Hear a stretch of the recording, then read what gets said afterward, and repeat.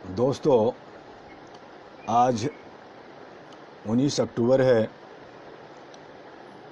कल संडे को भी मैं आपके साथ रूबरू नहीं हुआ। थोड़ा निमोनिया से इफ़ेक्टेड हूँ, सूखी खांसी हो रही है,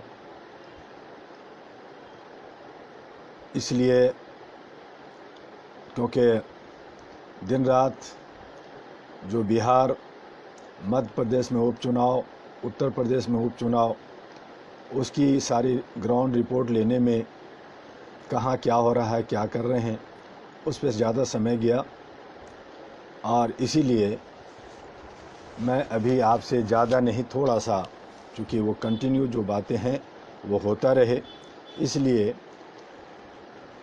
बहुत सारे सब विषय हैं, उस पर हमारी बात तो होगी, लेकिन जो सुशासन और मानवाधिकार की किताब की जो कंटेंट्स है जो आप तक पहुंचानी है, उसे आज थोड़ा सा मैं बताना चाहूँगा कि भारत में मानवाधिकार की स्थिति क्या है। आज भारत में असमानता की खाई दिनों दिन चौड़ी होती जा रही है। समानता की बात किताबों में दबकर रह गई है। ये सारी बातें मानवाधिकारों के उल्लंघन से संबंधित है। मानवाधिकारों को लेकर अभी समाज का हर वर्ग न तो जागरूक हो पाया, न ही इसका प्रचार प्रसार देश के हर कोने में किया जा सका है। भारतवर्ष में गरीबी और भुखमरी अभी भी बनी हुई है। हर व्यक्ति तक शिक्षा का प्रकाश नहीं पहुंच पाया है। ऐसी स्थिति में सबसे पहले देश में सबको शिक्षित किया जाना जरूरी है। आज जब हम गांव में जाते हैं और गांव के उन घरों में जाते हैं जहां पर लोग आर्थिक रूप से पिछड़े हुए हैं, तो वहां आज भी 17वीं और 18वीं सदी का नज़ारा देखने को मिलता है। आज भी महिलाएं लंबी घूंघटों में रहती हैं। तमाम जगहों पर आज भी महिला अगर जोर से छींक दे या सांस दे तो इसे भी बुरा माना जाता है। इसी तरह से लड़के और लड़कियों में भी भेद बना हुआ है। अभी भी निम्न वर्ग का कुछ मध्यम स्तर के परिवारों में लोग लड़कियों को पढ़ाना जरूरी नहीं समझते। इसी तरह लड़के और लड़कियों के खान पान में भी अंतर देखा जा रहा है। ये सब विसंगतियां हमारे देश में अभी भी इसलिए मौजूद है क्योंकि इस पर हमने ऊपरी तौर पर निगाह डाली है। मन की गहराई से न तो समस्या को समझा गया है, न ही उसका समाधान के लिए कदम उठाया गया है।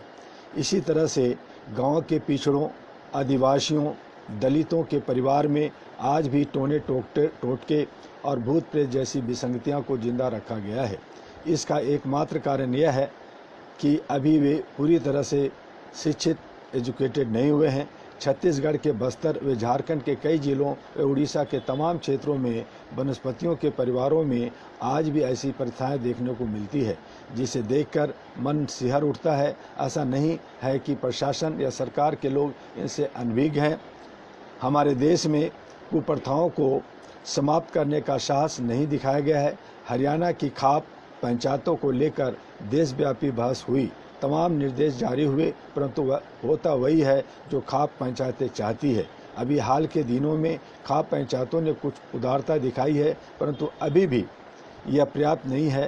पहले के ज़माने में जब पति की मृत्यु हो जाती थी तो महिलाएं भी आत्मदाह कर लेती थी। राजस्थान के कई जिलों में जोहर व्रत काफ़ी समय तक चलता रहा। इसी तरह से बाल विवाह जैसी कुप्रथाएं आज भी हमारे समाज में मौजूद है।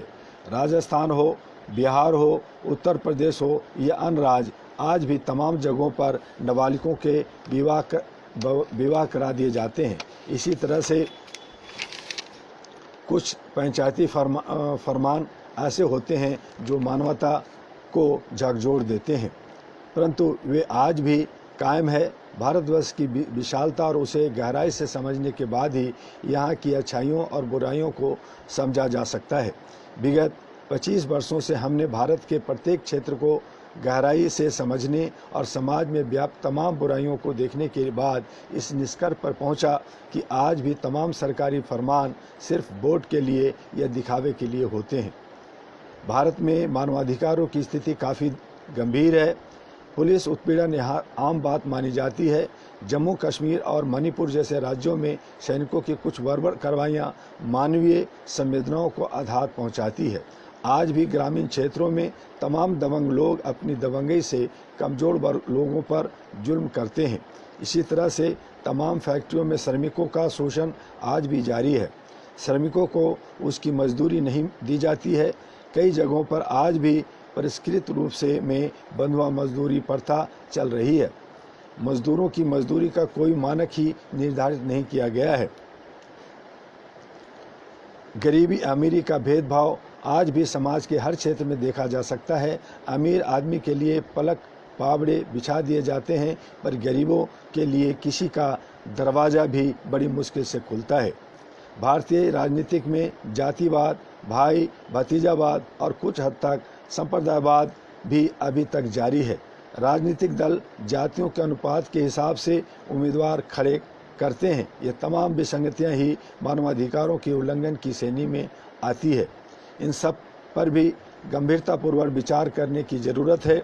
आज हमारी कार्यपालिका और न्यायपालिका जीवन, स्वतंत्रता, सुरक्षा का अधिकार, दासता, मृत्यु भाव से मुक्ति, दारुण वेदना, अमानुषिक अत्याचार, अमानवीय व्यवहार, दंड से मुक्ति, मनमाने ढंग से बंदी बनाया जाना, विवाह करने, परिवार बनाने, संपत्ति रखने, कोई भी धर्म मानने, मत निर्माण करने, अभिव्यक्ति की स्वतंत्रता जैसी मानवाधिकारों की समस्या का सार्थक निराकरण कर रहा है। भारत में मानवाधिकारों की स्थिति को और बेहतर बनाया जा सकता है। इसके लिए सिर्फ मानवाधिकार आयोग या कुछ स्वयंसेवी संगठन ही सब कुछ नहीं कर सकते। विभिन्न राज्यों सरकारों और केंद्र सरकारों को मानवाधिकार की स्थिति को बेहतर बनाने के लिए संकल्प के साथ काम करना पड़ेगा। भारत में मानवाधिकारों के पालन व संरक्षण के लिए यदि ऊंचे पदों पर बैठे लोग ध्यान दें और लोगों की इसके प्रति जागरूक करने का प्रयास करें तो समाज में इसका अच्छा असर पड़ेगा। और इस तरह से हम लोग जो मानवाधिकार की बात करते हैं, मानवीय मूल्यों की बात करते हैं, समाज के अंदर जो हमारे मौलिक अधिकार है, हमारे संवैधानिक अधिकार है, हमारे जन्मसिद्ध अधिकार है, यूनिवर्सल डिक्लेरेशन है। कल आपको यूनिवर्सल डिक्लेरेशन के अंदर जो 1 से 30 अनुच्छेद हैं, अधिकार हैं, यूनिवर्सल राइट्स हैं, उसके बारे में हम आपको बताएंगे विस्तार से।